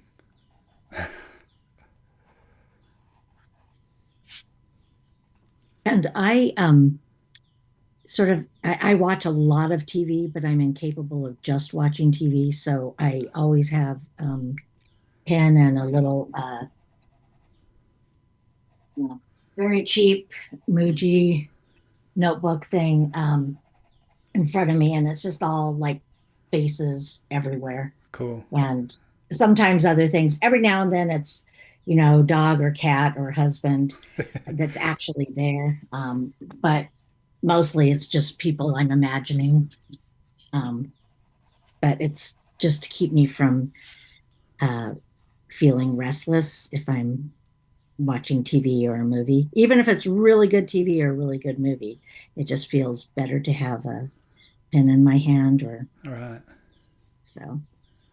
And I can't really do observational stuff and fully pay attention to what I'm watching because then I have to be looking at three things rather than just the TV and my paper. Mm-hmm. I can't look at the subject matter and the TV and my paper. Yeah. That's too much multitasking. Yeah. So are you watching TV with someone else then while you're... Yeah. Okay. Yeah. JP and I Yeah. every night. Yeah, because then so in the past, like I remember, and something which was super interesting for me just in like practicing and learning when I watched Game of Thrones back in the day, I'd be constantly pausing and like it's like, wow, this is amazing, and then sketch that person and then let it play a bit more, but you couldn't do that if you're watching it with someone else. So it's, Yeah, I know. so it's I keep wanting to do that, but yes, it's rude to the other viewer. it's like, JP, can we have a moment? Can we stop on this scene? Well, I just need to pretend like that's his own skill building. Yeah. He needs to do it too. Yeah, but that's the multitasking element. That's really interesting. Like to be like, okay, it's going on, and then there's the drawing, and it's like sketching, drawing in between different realms, different ways of being able to be inspired by something you see, but then it's gone, and then how can that flow into it? I just feel really invigorated and excited thinking about all these kind of ways of like finding, I guess that's part of the thing, like finding ways to practice and things that excite you, and the context where you're able to just make stuff. Yeah, I think I always try and find the fun. If you can't make something fun and engaging, like you say, Yeah. Any little routine that you've got that can do that is invaluable. Yeah. Someone had asked where your inspiration comes from, and I think we've also some of that has been addressed, but from everything, I mean, I like I say, I go through phases, and certain times I'm feeling more disciplined than others, so I might just obsess over hands. I might just, and within that, I'll then obsess over like fingertips, just fingers, just thumbs, just palms, just the shapes of how that works. And then other times I'm just not interested in that at all, and I just want to, or I might get really interested in just doing lots of gesture, like really quick, really loose. Yeah, it just becomes inspiration just comes and goes, and it's often quite fleeting, and I think that's why I struggle to do larger projects, to be honest. Because I've had several like ideas for larger graphic novels, and I'll just walk around and have all these like I say, have this almost like this thing playing out in my head, but then when it comes to actually do it, I mean, everybody goes through that, I'm sure, like procrastination sort of thing, but yeah, it's because I'm also at the same time inspired by drawing lots of fingers, and it just depends what wins, Yeah. It's but yeah, inspirations in everything. Do you know the book The Arrival by Sean Tan? It's did it turn into a film? No, that's a different film. That's not a different film. It's like an illustrated story. It's without text, and it's about like refugee and immigrant experience. And there's like all these people coming together with all these different stories, but no one can talk. So they're kind of interacting, and it's kind of surreal, but based in like real world stuff. But there's like someone's fleeing these giants, or there's this other people, and they all come together and they find this way to communicate and live together. And it's amazing. And it's like this epic, it's all done in graphite, I think. And it's like this illustrated story, and it's really, really, really, really cool. And what's that called again? It's called The Arrival by Sean Tan. Oh. It's so nice. And there is a making of book of that book, and it's called Sketches from a Nameless Land. And it shows like the kind of the conceptual steps that went into making the actual finished thing. Because that's really interesting, because it is like this epic, finished, beautiful book, but it's like so much drawing and so much planning and that has gone into it. But it's full of really like whimsical, strange, surreal things as well. But it's like an incredible piece of work. But yeah, to have something big, and then I guess that is also must be a learnable skill.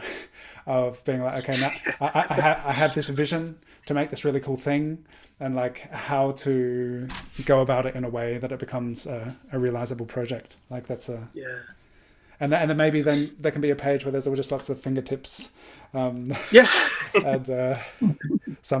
that somehow flows into.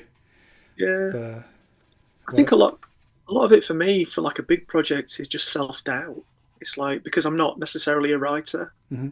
And because I know that if I practice an extra few months at drawing, I'll get subtly better. So I'll also, like, if I'm going to put a year's worth of work into something, I know that by the end of it, it'll be better, and I might want to redo the beginning part of that illustrated book. And then what if I want to change a bit of the story? It's like, it just becomes like this, all these reasons not to do it, mm-hmm. which is awful, you know. But yeah, I'm slowly getting better with that, I think. Yeah, well, I think your monthly PDF sketchbooks that you've been putting out, like, they're amazing, and there's no sequential kind of thing in there. But I wonder if there's something amongst that, like if there are like threads of different themes and topics that could like flow through that, so that it's like. I think that's where it's kind of gonna go, because I did do a comic, it's sort of like a horror comedy, goofy kind of thing, and I did that in October, and that was fun but challenging. But because it was all little short stories, that the pages were no longer than like a 4 or 5, 6. It was kind of enough, because what I had planned originally was like something that would be thousands of pages, you know. But yeah, so I'm trying to find a way of maybe merging the two, like you say, and even in those PDF sketchbooks, there are panels. I have panelled a couple of the things in paint, like, because I thought it was a nice way to frame a study inside of a box, but also as practice for maybe trying to find a way to have this improvised comic, improvised story, something that's more about where I am in that day. Yeah. But that is such like an unknown quantity that I don't know where to begin. But it might evolve into something. It's something I'm thinking about. Yeah, cool. I'll just bring up a couple of those. Could you go through all the panels that you've got and kind of organize them into groups and almost form a story out of those things? That it never was a story, but they kind of become a story. So the journey of the story is kind of like the journey of your drawing through time, but together those, like, say there was a selection of ones that had dinosaurs in, or a spaceman, or a particular theme, you could actually build a story out of it. Yeah, true. Yeah. Well, it's definitely, I mean, I definitely run through themes of like what I'm studying and drawing just generally and doodling. I could definitely group them and try and do something like that. It's quite fun. That'd be really cool. Yeah. That might be something for April.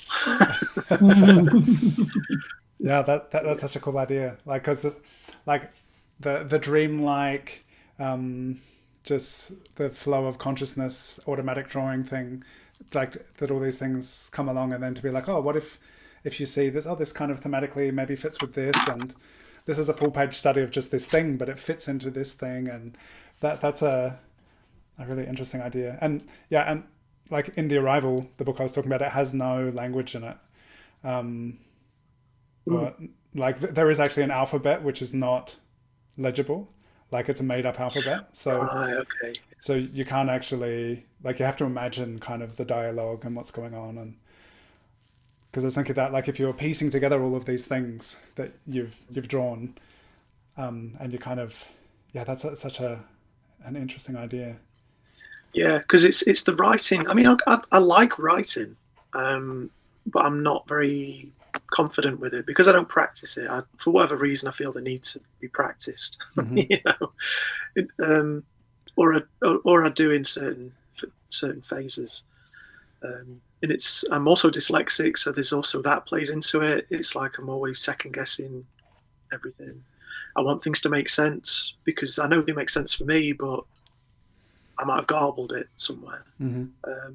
But yeah, to have something that is, I like the idea of something that is narrative, but also not very narrative. Yeah. It doesn't have many words. So yeah, no, I think that's a great idea. I'll certainly steal that. Thank you. You can credit me if you like that. Yes, of course I will. Here is a question that Felipe asked, just a technical thing. This parallel pen that I'm using is with a water-soluble ink, and it's not Bristol paper. This is Hahnemühle Nostalgie paper, but it's very much like Bristol paper. Because I had, a couple of years ago, I did some research, and because this is a German paper, which is hard to get in the States. So I was looking for alternatives, and Bristol paper is very similar. Like, it's quite smooth. So yeah, just on the technical side of things. So I like this paper because you can get wet with it, and it doesn't buckle too much, unlike printing paper, which doesn't handle water too well.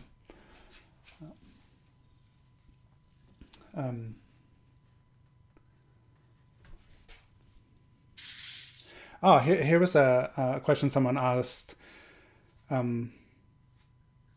Did you copy artists when starting out? Like, no. It's something I've started doing artist studies more recently. Okay. Yeah.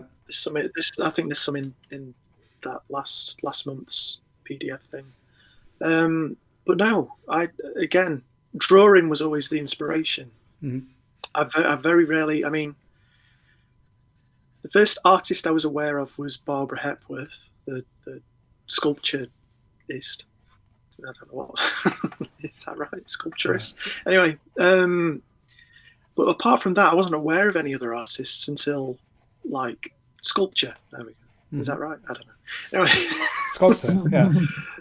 Sculptor. Thank you. The sculptor. Sculptress is also a nice sculptress. Yeah, I suppose. Yeah. But yeah, so it wasn't until a few years ago that I started looking at other people's work and seeing what actually I liked. There was a few artists when I was a teenager, like Ashley Wood, I really liked. Yeah. I really liked Yoji Shinkawa, who did a lot of concept artwork. But yeah, it wasn't until, like I say, 7 years ago, and then I think I stumbled across maybe like James Jean, Mobius. God, I mean, I always do this. I always forget who it is that I like. Sergio Topi. But anyway, lots of different people. Yeah. But I don't really go through their work and copy it in any way, yeah. Or try and learn from it. It's something I want to start doing a little bit more because it's obviously quite valuable. I mean, yeah. Like artists, the you know, from the ones that are well renowned and famous from history, always borrowed things from other people, didn't they? Yeah. So it's something I want to do a little bit more. I mean, it's funny. Like, I really like Frida Kahlo. I really like how autobiographical work is, so I try and do things like that, but I don't really try and emulate her style, sort of thing. So it's it's yes and no, I suppose. Yeah, I imagine it's coming from like when I started learning and going to workshops and stuff. That was the first time like master studies had been presented to me as like a tool for learning. And like I remember seeing some paintings and we were told like pick dead painters.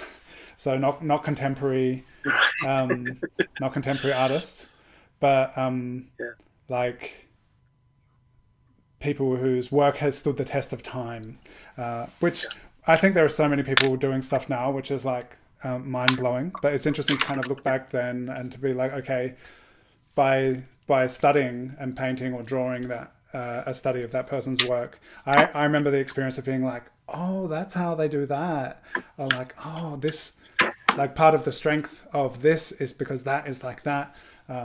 So it's a super interesting way to learn, and I imagine that's where the question, like for starting, I think it's a really valid thing to help understand like the choices people are making when they're making their images. Yeah. But yeah, as you already told us earlier, like as a kid you were already just drawing. So yeah, it was never about making something finished, I suppose. It was always just about doing it. And now I'm thinking more about creating finished pieces. It becomes more of a valuable thing to maybe study and learn. Yeah, interesting. Yeah. But at the time it was just, I don't know, it just didn't seem very fun. Again, coming back to that, it was just, but yeah, no, I did some Alphonse Mucha. I don't know if it's pronounced Mucha. Yeah. Some of his stuff, and just lots of different. Yeah, so it's something I've dabbled with and plan to probably do a little bit more of. Yeah.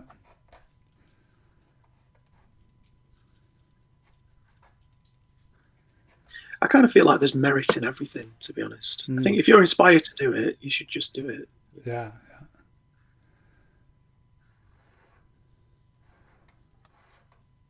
I feel like that's the vibe coming through your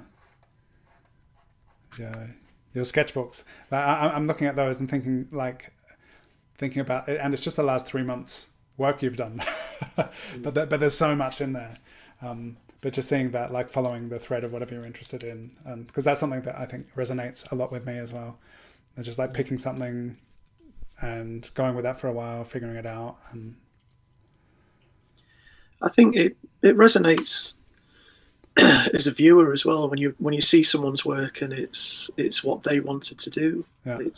You can, as opposed to something that seems quite like not necessarily forced, but it's like say like more corporate, like designed by committee, like that never appeals as much. All the sequels we've had, these legacy sequels and things, they don't appeal as much because they're sort of made by money, let's say, or the idea of whatever. So yeah, I think it's always best to just follow your intuition, or at least for a bit. Yeah. Everything's a balance, isn't it? So yeah, and it can be interesting then to see like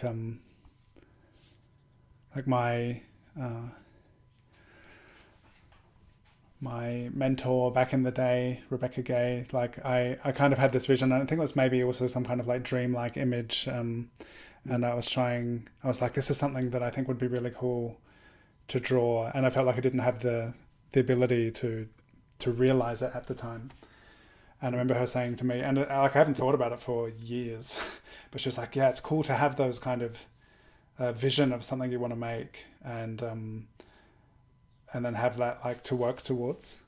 And it's interesting, like thinking back on that, that like all of the sketching and the practice, that eventually all of that practice is going to feed into the thing that you choose to make. Yeah. Well, I've become quite interested in like history, like the history of a page. It's like leaving the mistakes in, leaving I've even started, because I typically draw straight with ink, but I have started adding like marks and, you know, dip ink and wetting the page first, or adding some lines as like, you know, like practice lines, and then drawing over the top of them, and just building things up. But yeah, sorry, I can't remember why I started saying that. We just went from the idea of like just doing stuff, practicing, and then when you then have the project or the vision of something that you want to apply it towards. I think that's what it had just come from. Yeah, sorry. Yeah, but that thing of like the quite tangential. That's great. But yeah, like the marks, just the evidence of what came before, and then layering things on top of that is a. And I like what you said about like also painting on the back of the paper, like just to be, and maybe something that like through the layering, those paint and ink and color blotches, that maybe there's something interesting that comes through in there as well. Yeah, and it could be. I think. Sorry, go on. Yeah, just some unexpected thing which could lead on to like, oh, this would be really interesting to explore more. Yeah. Well, I just think that you know, because not so much with art maybe, but with most entertainment media, you know, it just seems to be that we are in this cycle of you know, repetition of nostalgia and stuff. Yeah, franchises. And I do think that, you know, the more that we can explore, because everyone's voice is important, you know, so we just need to get to that stage where more people can share what they've put across and have new stories and new things, you know. Yeah.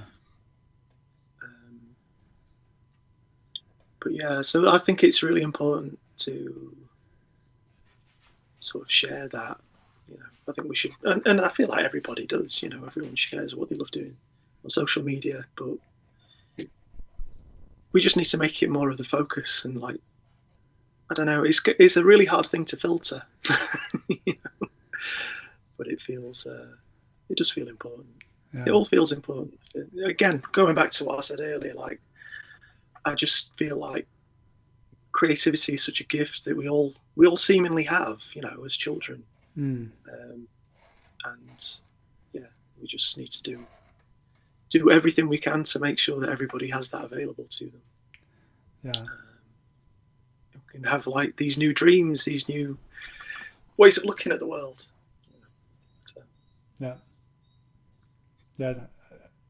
And just being able to have that quiet, creative focus as well is just such a wonderful resource. And music and drawing, painting, like these creative things where we can just focus and make something. Absolutely. Such a something that with that everyone potentially, and whatever their form of expression is, like something that we can all have access to. Yeah. But no, I just try and, the further I've gone on, I sort of try and see the quality in everything, even if it's something that someone isn't happy with. You know, it's all that journey. It's all part of it. Like we was kind of saying about, you know, the history of things. I think, yeah, you build up the skill in the technique in order to be articulate. But I don't always think that it's even necessary. You know, we just need to get used to expressing ourselves and being comfortable with the fact that we're not happy with what we've done, but what we've done is good. You know, because it was worth doing. It was worth stepping out of your head for a bit and just doing it. Yeah. And that's, again, I mean, like, I sort of think that art is the therapy that I can afford. You know, it just helps. It just makes me present, and like I keep saying, I just kind of want that for everybody. Yeah, that's great.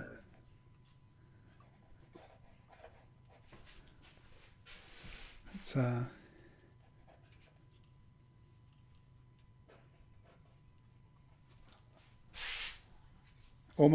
almost been 2 hours, which is amazing. It's a lovely point to kind of wrap up on. If anyone has any more questions before we wrap this up, now would be the time to ask. And we'd love to see the sketches you've been doing. And I've just loved seeing what's been flowing from your pen. And for those of you who've been sketching from Alexander's references, or perhaps you've just been doing... Yeah, I forgot you were all doing that. Yeah. Or perhaps you've been doing imaginative work as well, and we'd love to see it. So on Instagram, you can tag both of us and the Drawn Together show. And yeah, feel free to get in touch. Yeah, and it's been really nice sharing this time with you. Oh, look at that. That's so cool. Rachel, that's beautiful. Cool. Oh yeah, okay. I'm going to, right, this is amazing. All those notes, right? Oh, wow. Cool. That's amazing. I'll just got to have a look at this. Yeah, so cool. Rachel's been doing these amazing portraits and just taking notes during all of these conversations that we've been having, and that's always such a treat to see. Cool. Thank you, Rachel. Wow. Thank you so much. That's Did you draw all that during the lives? Oh, wow. Yeah. Started with a blank page and I've got this. Oh, wow. I feel so unproductive now. You've probably done like 10 portraits. No, I did I did one sketch. Oh, look at that. Cool. That's all. amazing. I'm so happy with the Zoom calls because I can actually focus for longer than 5 minutes because I feel like I'm in sort of a classroom with friends. Cool. Yeah. So thank you. Yeah. Thank you to everyone who popped into Zoom. And also just to be here and be silent and draw. It's just great being able to do this together. So thank you to everyone who's been here. Yeah. Well, thank you for having me. It's been fabulous. really nice. Yeah, such a pleasure. It's been really cool, and I'm glad that we've had the opportunity to share this time together. And yeah, thank you for being here. Thank you for all you make and share, and just that thing of yeah, it's just such a nice way to wrap up the conversation about everyone being able to express and create and have access to that. Yeah, may everyone find their thing or things, and and feel the comfort and to be able to, or the discomfort of exploring those things, and just like working through it is such a wonderful thing to be able to do. Yeah, absolutely. And you have such a lovely combination of vulnerability and confidence that I think those two things together, I think, are a huge part of what fuels really interesting work. Oh, thank you. Sorry, I'm not very good with compliments, but that's really sweet. Yeah, That's really nice. cool. Yeah, thanks everyone. Thank you. I'll end the stream now. Thank you all for being here, and I look forward to the next opportunity, doing this at least once a month. So feel free to come back to join, and maybe see you on a Tuesday in Zoom. Where we can absolutely. I'll come along when I can. Yeah, brilliant. So everyone's welcome to join those sketch sessions, because it's also another great opportunity just to focus, make stuff, and practice. Yeah, really cool. All right. Lovely. Thank you so much. It's been lovely. Thank you. Such a pleasure. It has been great. Thanks. And cool. Take care, everyone. Bye, everyone. Bye. Bye-bye. Bye. Thanks so much. We'll see you again soon. Bye-bye.